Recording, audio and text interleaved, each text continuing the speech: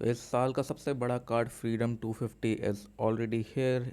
बस 24 घंटे का भी टाइम नहीं है, शायद 21 घंटे का टाइम है हमारे पास। और 7 फाइट्स जितने हमने एंटिसिपेट किए थे उससे काफ़ी बेकार फाइट्स, बट स्टिल ओवरऑल वैसे अच्छे फाइट्स हैं। बट जिस तरह से पहले प्रमोट किया जा रहा था कि 6 टाइटल फाइट्स होंगे, उसके तो आसपास भी नहीं है। Let's go with the first fight of the night, that is Diego Lopez versus Steve Garcia. यहाँ पे एक चीज़ जो देख के लग नहीं रहा कि यहाँ पे स्टीव गार्सिया की हाइट 3 सेंटीमीटर्स लंबी बताई जा रही है, बट उन दोनों को देख के लगता नहीं है इस तरह से। और रीच में तो बहुत डिफरेंस है, रीच में अराउंड 7 सेंटीमीटर्स का डिफरेंस है दोनों के बीच में। स्ट्राइकिंग वाइज जो स्ट्राइकिंग नंबर्स है और जो प्रेशर है वो स्टीव गार्सिया की तरफ ज़्यादा है। But on the other hand Diego Lopez, he is very durable and a hard hitter I think दोनों ही है।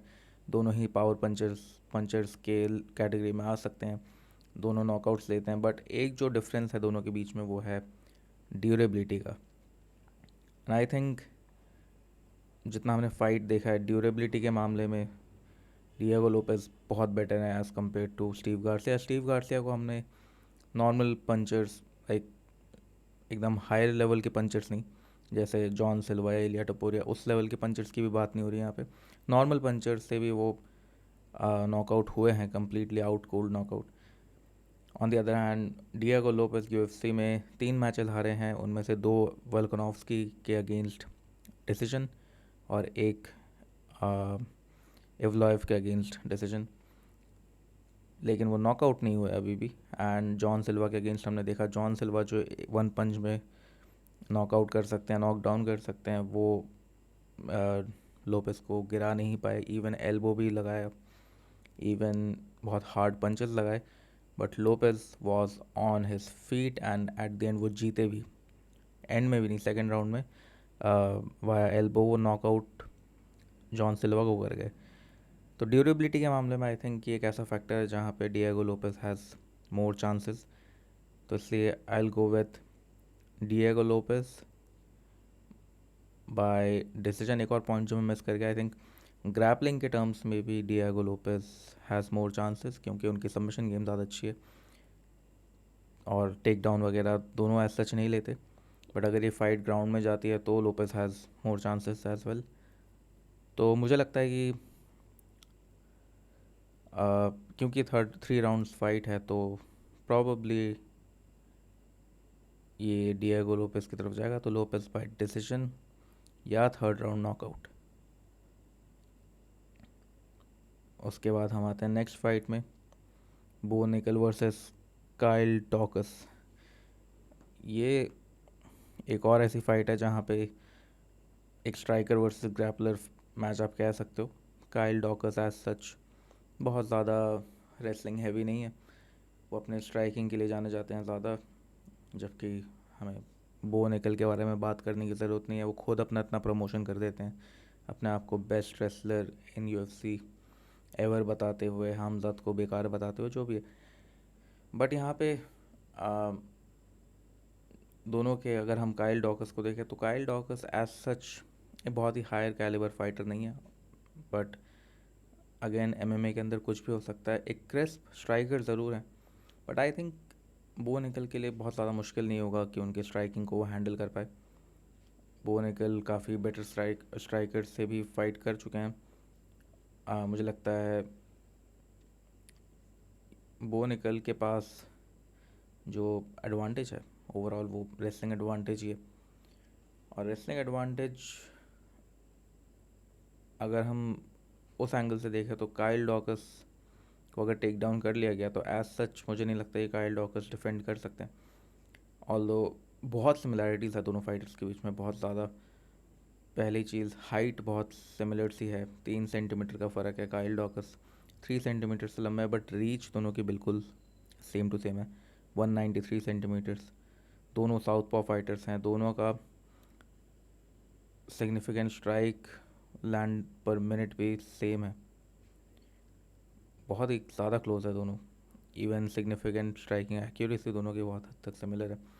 But main game take down में आ जाता है और टेक डाउन में कम्प्लीटली वो निकल के पास ज़्यादा एडवांटेज है।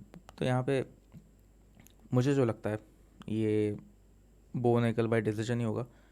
बट जो गेम मैं इमेजिन कर पा रहा हूँ दोनों का, आई थिंक दोनों ऑन द फीट एक दूसरे को काफ़ी देर तक भापते रहेंगे, थोड़े बहुत स्ट्राइक्स लैंड करेंगे, थोड़े बहुत पंचेस, थोड़े बहुत किक्स, बट फिर बो निकल जब अपनी मिक्सिंग स्टार्ट कर देंगे रेसलिंग और स्ट्राइकिंग का, तो काइल डॉगस के लिए थोड़ा सा मुश्किल हो जाएगा उसको हैंडल कर पाना।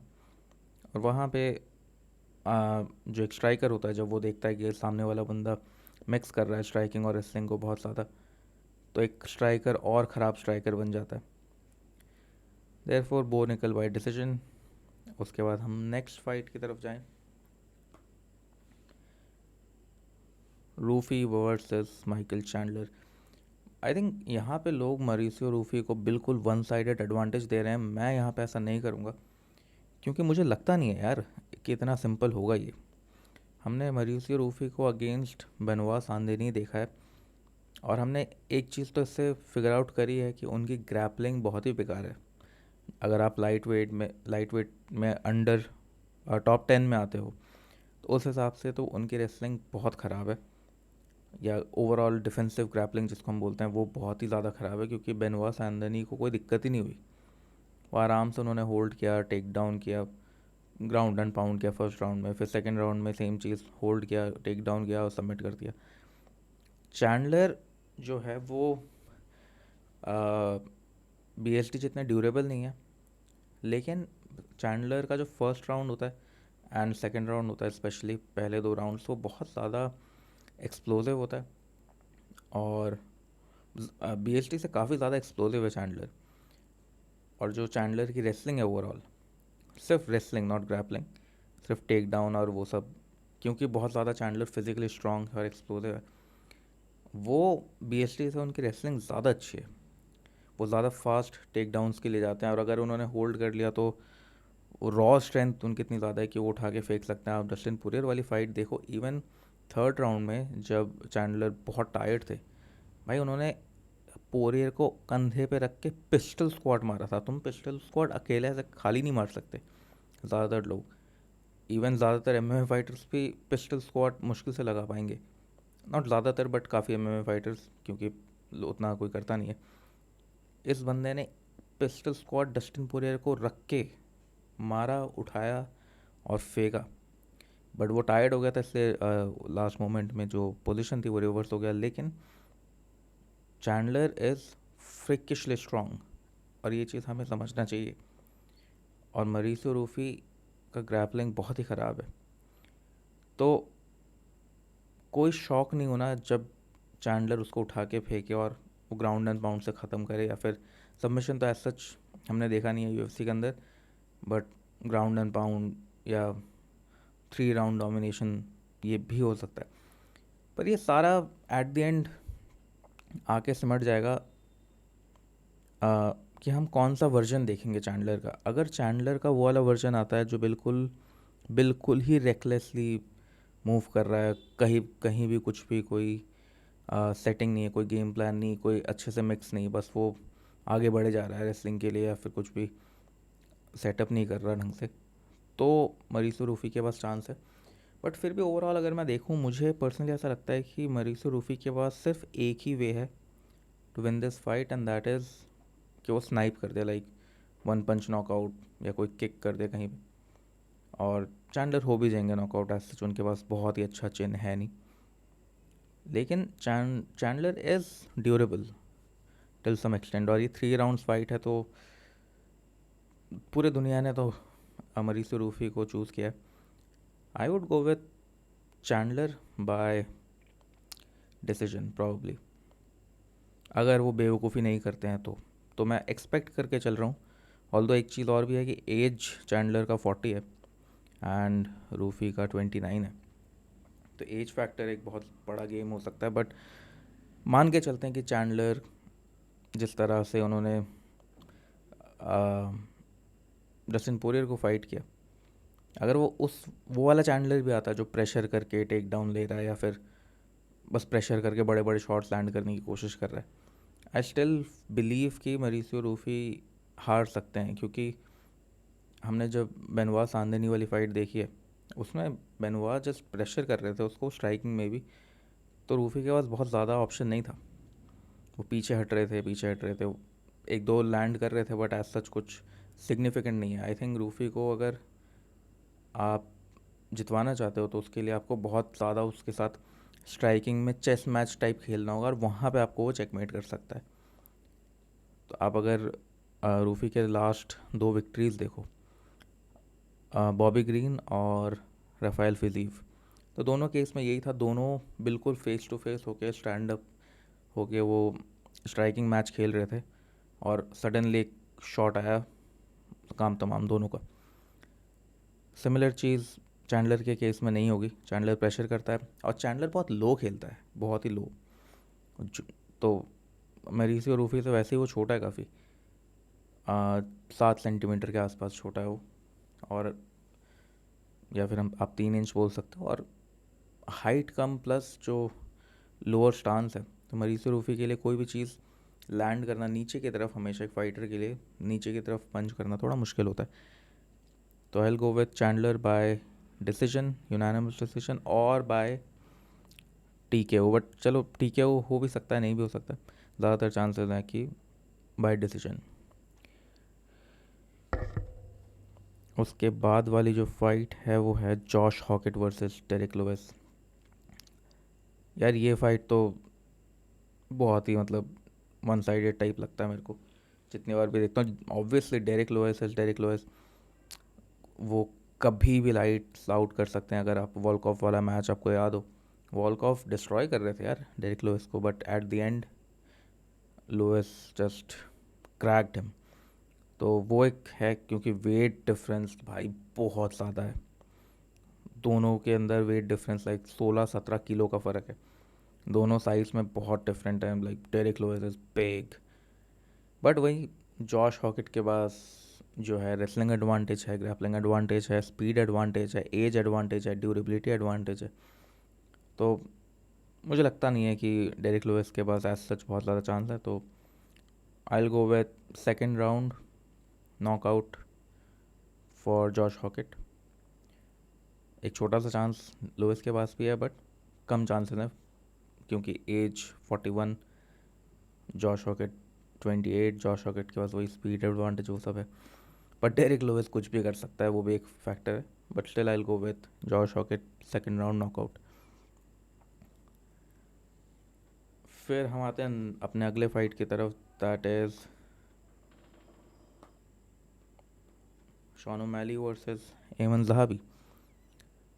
यार ये फाइट भी काफ़ी लोगों को वन साइडेड लगता है, मुझे ऐसा नहीं लगता।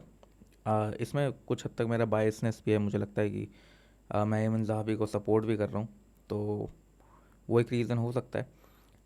बट शॉन ओमैली और एमन ज़हाबी का अगर हम स्टाइल देखें, पहली बात एमन ज़हाबी कैन नॉकआउट पीपल, हमने पास्ट में देखा है कि उन्होंने काफ़ी लोगों को नॉकआउट किया है।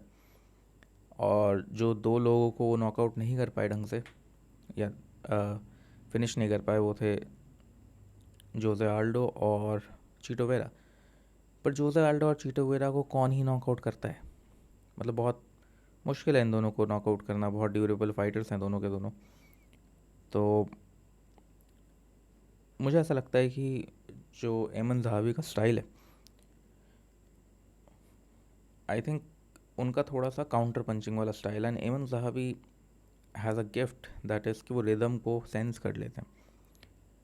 On the other hand Sean O'Malley is a sniper. Sean O'Malley is very slick, amazing footwork, reach advantage, height advantage, age advantage, सारा इन्हीं की तरफ ही है। जो मेरा पिक होगा, पिक तो मेरा है कि Sean O'Malley by decision, that is my prediction. But जो मेरी दिली तमन्ना है, मुझे एक पॉसिबिलिटी ये लगती है कि जो फिराज ज़हाबी है, he is a legendary coach. अगर उसने सिर्फ इतना फिगर आउट कर लिया कि शॉन ओमैली का जो लॉन्ग रीच है उसके अंदर एंटर करके पॉकेट बॉक्सिंग कैसे करनी है, और टेक डाउन्स कैसे मिक्स करने हैं उसके साथ, क्योंकि एज आई टोल्ड यू, अगर एक फाइटर टेक डाउन मिक्स करे, अगर वो take down striking striking take down इस टाइप से मिक्स करे, तो जो अगला बंदा होता है, जो ओपोनेंट होता है, जो प्योर स्ट्राइकर होता है वो एक बेकार स्ट्राइकर बन जाता है, जितना वो अच्छा स्ट्राइकर है उससे नीचे आ जाता है वो थोड़ा। इसलिए हबीब, इस्लाम, ये लोग ज़्यादा अच्छी स्ट्राइकिंग कर पाते हैं, क्योंकि रेसलिंग थ्रेट की वजह से जो ओवरऑल स्ट्राइकिंग है अगले ओपोनेंट की वो बेकार हो जाती है। तो अगर फिराज ज़हाबी और इनकी टीम ने एक ऐसा प्लान डिवाइस किया है कि तुम पॉकेट बॉक्सिंग कैसे कर सकते हो और तुम मिक्स कैसे करोगे गेम को, तो ज़हाबी स्टिल हैज़ अ चांस। तो मेरे लिए पर्सनली ये शॉकर नहीं होगा कि अगर ज़हाबी बाय डिसीजन इसको ले जाता है, and even by knockout, because Zahabi can knock people out. But overall अगर मेरा दिमागी प्रेडिक्शन और जो मुझे दिख रहा है होता हुआ, जितना मैं इमेजिन कर पा रहा हूँ, मोस्ट रियलिस्टिक सिचुएशन में मुझे लगता है शॉन ओमैली बाय डिसीजन ही होगा। और फिर हम आते हैं को मेन इवेंट इंटरम टाइटल के लिए। एंड यहाँ पे भी लोग एलेक्स परेरा कह रहे। मैंने एक वीडियो डाली थी कुछ दिन पहले, एक शॉट डाला था कि क्यों एलेक्स परेरा नहीं जीतेगा इसको, और मैं यही मानता हूँ कि एलेक्स परेरा इस फाइट को शायद ना जीते, प्रॉबेबली ना जीते, जितना कैलकुलेशन मेरी बैठ रही है। अगर आप स्टैट्स देखोगे दोनों के, बहुत ही क्लोज है। जो रीच एडवांटेज गान के पास ज़्यादा है, एंड दोनों ही ऑर्थोडॉक्स फाइटर हैं। गान के पास सिग्निफिकेंट स्ट्राइकिंग नंबर्स थोड़े ज़्यादा हैं, एक्यूरेसी थोड़ी सी परेरा के पास ज़्यादा है, टेक डाउन दोनों की तरफ ही नहीं है। पर गान को take Pereira down, that is one thing. Pereira as such कभी ऑफेंसिव रेसलिंग हमने उनको करते हुए खास देखा नहीं है यूएफसी में। उन्होंने ट्राई किया था आदेसानिया के अगेंस्ट उनके फर्स्ट फाइट में, बट दैट वाज इन 185। मुझे नहीं लगता कि एलेक्स परेरा सिरल गान को टेक डाउन करने की कोशिश भी करेंगे, क्योंकि first of all cereal Gane is bigger, मतलब कुछ हद तक he is bigger than Alex Pereira. Although आप कह सकते हो कि नहीं 3 पाउंड्स हैवियर निकला एलेक्स परेरा, बट फैट और मसल में फ़र्क होता है। होने को तो मैं भी 115 पाउंड तक हो सकता हूँ, but I will be fat, तो मैं कंसिडर नहीं किया जाऊँगा कि I am a bigger guy than Ciryl Gane. Similarly जो फ्रेम वाइज अगर मैं बात करूँ, तो फ्रेम जो है और जो मसल मास है वो सिरल गान का ज़्यादा है। बात अगर हम स्टाइलिस्टिक मैचअप की करें, तो एक चीज़ जो एक बहुत बड़ा डिफरेंस क्रिएट करता है वो है फुटवर्क। एलेक्स परेरा का जो फुटवर्क है उसके लिए वो कभी जाना नहीं गया, क्योंकि उसका फुटवर्क उतना है ही नहीं कुछ। एलेक्स परेरा का जो मेन डिफेंस है वो उसका हेड मूवमेंट, उसका जो हाई शेल रखता है वो, और मेनली उसका टाइमिंग और उसकी अंडरस्टैंडिंग डिस्टेंस मैनेजमेंट की, वो उसका मेन डिफेंस है। On the other hand Ciryl Gane is all about his footwork. भाई इस बंदे का फुटवर्क तुम अगर स्टडी करोगे बहुत ही ब्यूटीफुल है। उसकी पूरी अंडरस्टैंडिंग है फुटवर्क में, वो डिस्टेंस मैनेजमेंट वगैरह उसका, खास करके फुटवर्क में स्पीड एट हैवी वेट बहुत ज़्यादा है। और मुझे ये लगता है कि एलेक्स परेरा क्योंकि एक बहुत स्टेशनरी फाइटर है, वो बहुत ज़्यादा मूव नहीं करता, और सिरिल गान उसका बिल्कुल उल्टा है, बहुत ज़्यादा मूव करता है। तो यहाँ पे एलेक्स परेरा को दिक्कत ज़्यादा होगी to find out that one moment कि वो कैच करे सिरिल गान को। और मैंने उस वीडियो में ये भी कहा है कि जो सिरिल गान का जो एलेक्स परेरा का पावर है वो फ्रांसिस एनगानू जैसा या फिर डेरिक लुइस जैसा पावर नहीं है उसके पास, कि उसने एक पंच मारा और सिरिल गान फ्लैट मुँह के बल गिर गया। एलेक्स परेरा के पास जो पावर है वो टीकेओ करता है लोगों को। नॉकआउट वो 185 में कर रहा था वन पंच में, जैसे उसने शॉन स्ट्रिकलैंड को किया था। लेकिन वन लेकिन 205 में उसने किसी को एज सच वन पंच नॉकआउट नहीं किया। तुम कोई भी फाइट उठाओ, खलील राउंड्री, अंकल लाइफ, यान बाहोविच को तो वो नॉकआउट कर ही नहीं पाया। ईरी प्रोहास्का के साथ जो उसने फर्स्ट फाइट करी थी उसमें उसने ऐसे एल्बो मार मार के नॉकआउट किया था, टेक्निकल नॉकआउट। जो ईरी प्रोहास्का के साथ सेकंड फाइट थी सेम चीज़ थी उसमें, उसने हेड किक मारी, एरी प्रवास का फ्लैट हो गया, पर वो नॉकआउट नहीं हुआ था कम्प्लीटली, फिर उसने वही पंचेस लैंड किए। तो एज सच हमने ऐसा नहीं देखा कि भाई टच ऑफ डेथ जैसे हमारे इलिया टपोरिया के पास है कि वो एकदम कम्प्लीटली नॉकआउट कर देता है। वो चीज़ एलेक्स परेरा के पास नहीं है। Most definitely Alex Pereira could hurt Ciryl Gane, लेकिन Ciryl Gane is just too slick. Like Tom Aspinall का अगेंस्ट एक ही राउंड फाइट करी है उसने, एक राउंड भी नहीं करी अच्छे से, 4 मिनट। बट तुम देखोगे टॉम एस्पिनल इतना फास्टर, एलेक्स परेरा से ज़्यादा बड़ा पावर हिटर है वो, बट वो कैच नहीं कर पा रहा था सिरल गान को। एलेक्स परेरा के लिए बहुत मुश्किल होगा सिरल गान को कैच करना। सिरल गान के लिए उतना मुश्किल नहीं होगा एलेक्स परेरा को कैच करना। सिरल गान मूव्स इन एंड आउट, बहुत ज़्यादा इन आउट करता है वो। और सबसे बड़ी चीज़, एलेक्स परेरा उतना यूज टू नहीं है इस फ्रेमवर्क के, इस बॉडी फ्रेम के साथ। लाइक उसका जो 150 250 पाउंड वाला बॉडी है बहुत ज़्यादा भारी होगा उसके खुद के फ्रेम के लिए। हमने देखा है कि बहुत ज़्यादा फैट गेन कर चुका है वो। सिरल गान क्योंकि इसी वेट क्लास में है और इसी वेट में वो फाइट करता है नेचुरली, तो वो इन एंड आउट करके वो जैब्स लैंड करेगा, किक्स लैंड करेगा। और जो तुम ओवरऑल वेपन्स भी देखोगे तो सिरल खान के पास ज़्यादा है। सिरल खान बॉडी किक्स बहुत लैंड करता है, हेड किक्स लैंड करता है, वो ऐसे स्पिन किक्स वगैरह लैंड करता है। एक पॉइंट जहाँ पे मैं देख पा रहा हूँ, अगर सिरल खान बहुत देर तक परेरा के सामने खड़ा रहा तो Pereira would start chopping his legs, क्योंकि परेरा के पास बहुत ही स्लिक लेग किक्स हैं। वो भाई बहुत डिस्ट्रक्टिव लेग किक्स मारता है। अगर सिरल गान बहुत देर तक खड़ा रहा और उसने एलेक्स परेरा के लेग किक्स को डिफेंड नहीं किया, then it's over for Ciryl Gane. Ciryl Gane को जब वो लेग किक्स मार मार के लाइक 5 से 6 लेग किक्स मारेगा, सिरल गान का जो फुटवर्क है, जो उसका मेन मुझे लगता है कि एडवांटेज है, वो कॉम्प्रोमाइज़ हो जाएगा काफ़ी हद तक। और अगर वो कॉम्प्रोमाइज़ हो गया तो सिरल गान के लिए बहुत मुश्किल है फिर कैपिटलाइज़ करना। और ये 5 राउंड फाइट भी है। तो पर्सनली मुझे लगता है कि यार, जिसको पता है कि एलेक्स परेरा मेनली करता क्या है, लेग किक्स ही मारेगा वो, लेग किक से तुम्हारी स्पीड को स्लो करेगा, तो मुझे पर्सनली ऐसा लगता है कि हाँ, Ciryl Gane would be able to handle the leg kicks. वो इन एंड आउट बहुत ज़्यादा करेगा, वो कोशिश करेगा कि रेंज के बाहर ही रहे लेग किक्स के। तो मेरा पिक पर्सनली होगा सिरल गान बाय डिसीजन, यूनानिमस डिसीजन।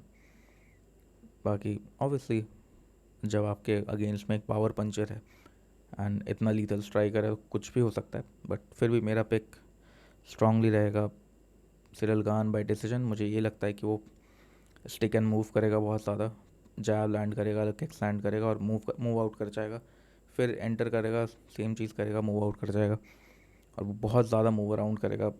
तो उसकी वजह से कहीं ना कहीं Alex Pereira would struggle. Final fight of the evening, evening तो नहीं भाई, सुबह 5:30 बजे, वो मंडे को, मतलब इंडियंस के लिए तो बहुत बुरा टाइमिंग है ये। तो फाइनल फाइट, अगर main event Ilia Topuria versus Justin Gaethje, ये भी बहुत ही वन साइडेड है, बहुत वन साइडेड है काफ़ी लोगों के लिए। इट ऑल डिपेंड्स अपॉन कि गेची का गेम प्लान क्या होता है। ये सबको पता है, सबको ये पता है कि इलिया टपोरिया का गेम प्लान एज सच कुछ चेंज होगा नहीं, बिकॉज भाई बहुत स्किल्ड है, उसको कुछ चेंज करने की ज़रूरत नहीं है। लाइक ऐसा है कि इलिया टपोरिया का जो स्टाइल है वो जस्टिन गेची को बहुत आराम से हरा सकता है। लेकिन ऑन दी अदर हैंड मुझे जो लगता है कि अगर जस्टिन गेची समझ पाए चीज़ों को, अपने डिस्टेंस को, और लेग किक्स और जैब को बहुत एक्टिव रखे और बाहर रहे, इलिया टपोरिया की रेंज से बाहर रहे, क्योंकि टपोरिया हाइट में थोड़ा छोटा है, रीच में थोड़ा छोटा है। ऑल्दो रीच में आई थिंक 1 ही इंच का फ़र्क है, बट स्टिल 1 इंच मैटर करता है काफ़ी। अगर गेची ये चीज़ कर पाया थ्रू आउट 5 राउंड्स, तो मुझे लगता भी नहीं है कि ये 5 राउंड्स तक रहेगा, क्योंकि गेची हिट्स हार्ड। तुम मतलब लोग एक चीज़ मिस आउट बहुत कर रहे हैं जो मैंने देखा है, तुम इलिया टपोरिया की सारी फाइट्स उठाओ, ठीक है, तुम्हें कोई भी ऐसा फाइटर नहीं मिलेगा जो गेची जितना हार्ड पंच करता है। अब यहाँ पे काफ़ी लोग बोलेंगे भाई जॉश एमेट, देखो जॉश एमेट का जो सीन है ना, जॉश एमेट चैंडलर टाइप का फाइटर है वो, ठीक है, वो उसका जो पावर है वो एक्सप्लोजन में है, उसका पावर टेक्निक में नहीं है, या उसका पावर स्पीड में नहीं है, उसका पावर है सिर्फ एक्सप्लोजन में कि, और उसका मेनली एक ही पंच जो वो ओवरहैंड लैंड करता है, वही उसका मेन गेम है, ठीक है। जॉश हेमेट कभी भी हैवी जैब्स के लिए नहीं जाना जाता, या फिर बहुत स्लिक बॉक्सिंग के लिए नहीं जाना जाता। तुम टपोरिया की फ़ाइट्स जितनी भी एनालाइज करोगे, स्पेशली उसको जिसके लिए सबसे ज़्यादा क्रेडिट्स मिलते हैं, लास्ट 3 फाइट्स उसके जो थे, वोल्कानोव्स्की हार्ड हिटर नहीं है वो, मैक्स हॉलोवे बिल्कुल हार्ड हिटर नहीं है वो, Charles Oliveira moderately hard hitter hitting है बंदा, पर गेची जितना लेवल नहीं है उसका। Gaethje on the other hand एक प्योर स्ट्राइकर है, और बहुत ज़्यादा हैवी हिटिंग कैपेबिलिटीज़ हैं। भाई ने एक पंच में जेम्स विक, एडसन बारबोजा सबको नॉकआउट कर रखा है, वो भी आउट कोल्ड। तो मुझे ऐसा लगता है कि, और इवन तुम रफ़ाइल फिजीव वाली फाइट्स देखो तो फिजीव को उसने सिर्फ जैब और लेग किक से ही धोया है बुरी तरह से।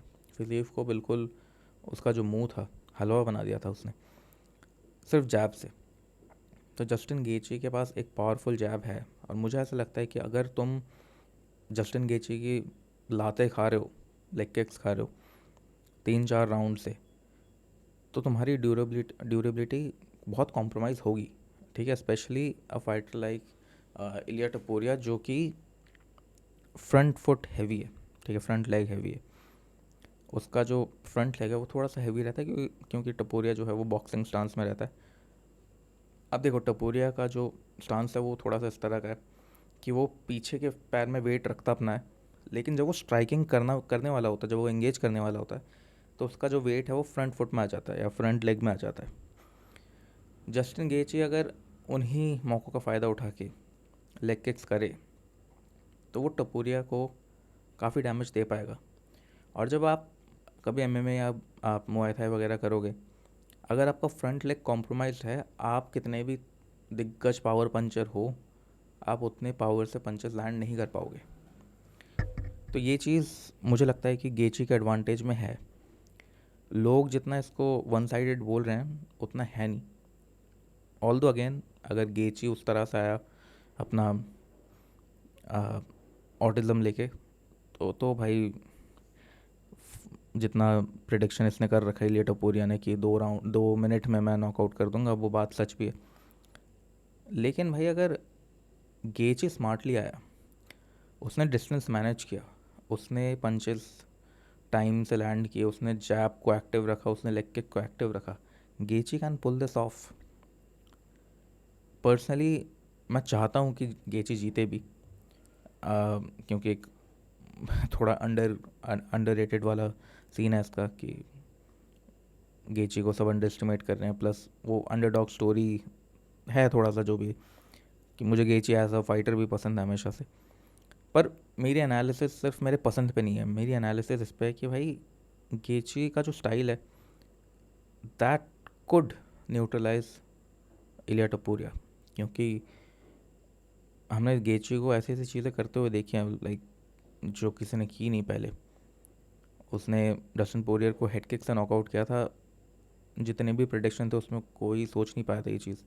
गेची के पास किक्स अच्छे हैं, गेची could land head kicks, could land leg kicks तो उसके मतलब I think best in MMA मैं बोल सकता हूँ, क्योंकि भाई वो बहुत क्लोज रेंज से भी बहुत ही हार्ड लेग किक्स लगा पाता है। तो देखो जो मेरा प्रिडिक्शन वैसे रहेगा वो इलिया टपोरिया बाय नॉकआउट ही रहेगा, फर्स्ट राउंड नॉकआउट। लेकिन इसमें मेरा प्रेडिक्शन थोड़ा सा ऐसा है कि चांसेस कैसे हैं। अब अगर गेची अपना गेम प्लान सही करके आया, अगर वो दिमाग लगा के खेल रहा है, वो डिस्टेंस मैनेज कर रहा है बहुत ज़्यादा, तो मुझे लगता है कि it would last longer, it would also favour Gaethje. ठीक है, जितना वो डीपर जाएगा राउंड्स में, third round, fourth round, fifth round, it would favour Gaethje. Ilia Topuria के पास एज सच उतने वेपन्स नहीं हैं क्योंकि वो किक्स नहीं करता ज़्यादा, और मुझे नहीं लगता कि वो टेक डाउन करके गेची को सबमिट करने की कोशिश भी करेगा। खैर, कुछ भी हो सकता है।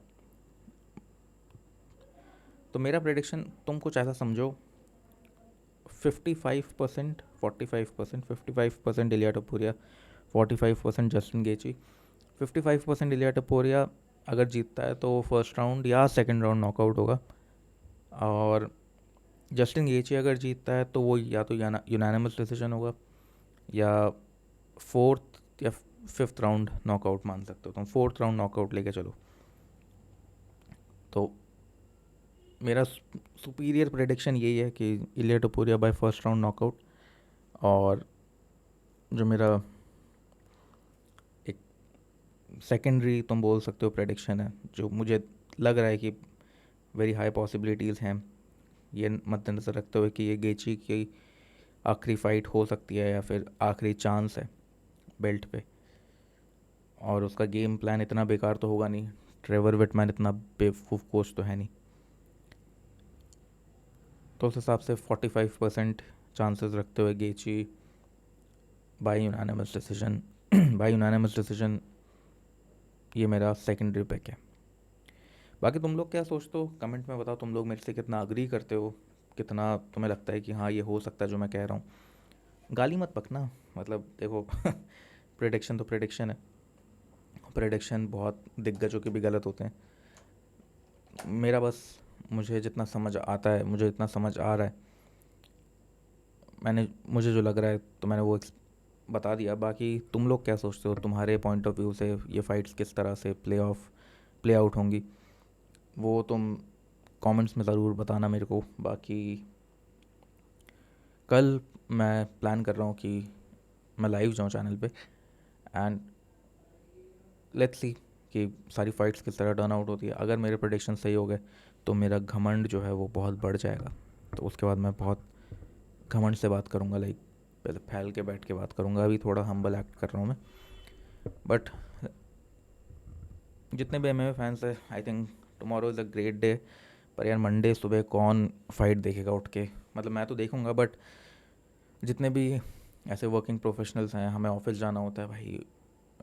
तुम मतलब इमेजिन करो, बीच में जो गेची और इसके फाइट के बीच, गेची नहीं, एलिस परेरा के बाद वाली जो फाइट है, मेन इवेंट गेची वाली फाइट, उसके बीच में जो गैप होगा, लोग उसमें नहाने धोने जाएंगे कि हाँ इसके बाद टाइम नहीं होगा हमारे पास। तो अभी परेरा वाली फ़ाइट ख़त्म हुई, लोग नहाने धोने चले गए, तैयार होके शर्ट वर्ट पहन के आके फिर बैठ गए मैच देखने, ब्रेकफास्ट कर रहे हैं, मैच ख़त्म हुआ फिर ऑफिस निकल गए, ये वाला सीन है। खैर जैसा भी है, I think tomorrow is a great day for the MMA community. Let's see क्या होता है। बाकी मिलते हैं अगले वीडियो में। मेरा फर्स्ट प्रेडिक्शन वीडियो है, फर्स्ट लॉन्ग फॉर्मेट नहीं, सेकंड लॉन्ग फॉर्मेट वीडियो है। I hope you people would be watching the game, और अगर तुम वॉच करोगे तो मेरा लाइव ज्वाइन कर सकते हो, हम वहाँ पे कमेंट खेलेंगे। ठीक है, फिर से कमेंट में गाली मत बकना अगर मेरी प्रेडिक्शंस गलत होती हैं तो। Till then, see you next time, bye bye.